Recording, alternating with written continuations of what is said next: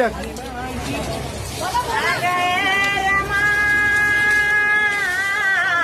आलो परतून बडोद्यावरून आलो परतून गेलो होतो नोकरीला माझा अपमान झाला वा वा